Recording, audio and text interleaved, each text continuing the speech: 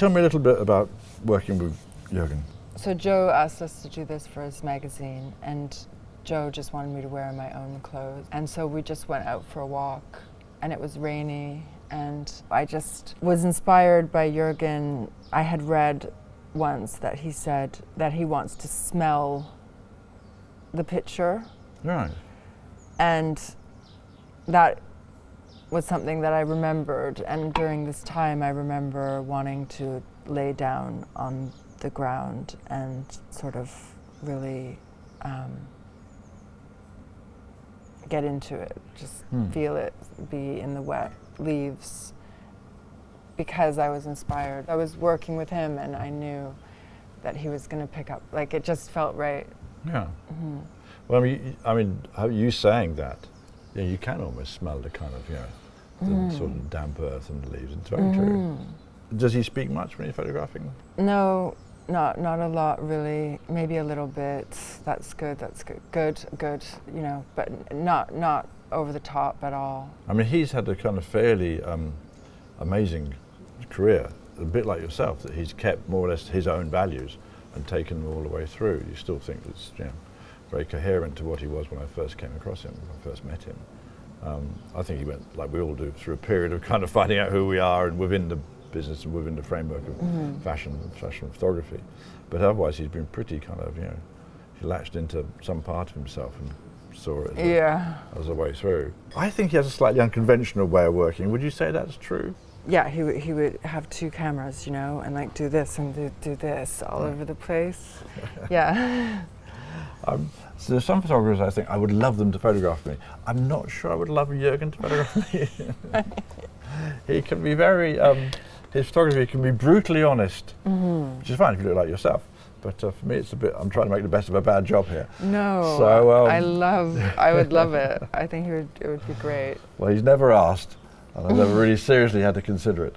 I have been asked a couple of times to do catwalk modelling, which I've always turned down.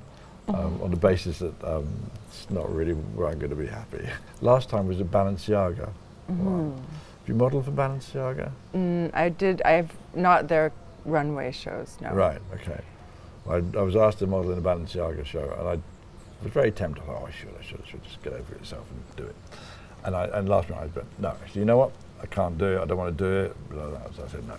Anyway, I saw in the end what they were going to put me in, which was a complete all-in-one black latex suit. Wow. Which I thought, I'm not sure I rocked that particularly well. Anyway, move it into there. It's not my career choice. I get the impression that you're not particularly switched on to the internet and switched on to Instagram and TikTok and all those sort of things. I'm correct in that? Yeah. Yeah. No. So you've got two children now who are kind of about the same age as my children. Yeah. And do they live with you, or do you see them a lot? Or?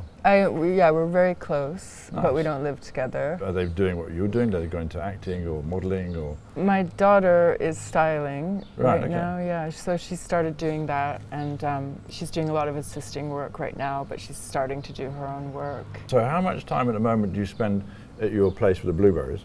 And how much time do you spend kind of doing different assignments? What's the sort of? It's sort of about a month. I travel once a month, or every 2 weeks, or maybe every 3 months, or every, it's just something, it's very random. Yeah. And then I'm home. I guess where I was going with this is who's looking after the plants when you're away? Yeah. Well, I don't know if you're familiar with this, but you could probably do it here, because your grandson says you're a farmer, so you have a farm here basically with all of your flowers and vegetables in a way, and you could have a woofer. Do you know what that is? I don't know what a woofer is. So, well, there's a website called WWOOF, W-W-O-O-F, and it stands for Willing Workers on Organic Farms. Oh, really? And if you post your farm on this website, a person may, from anywhere in the world, want to come and help you, and they live with you for accommodation and food, and then they're your number one helpers for 4 to 6 hours, 5 days a week. Okay. And I have someone right now, and I lucked out this guy. I don't want him to leave. He's so lovely. So that's who's looking after my farm right now.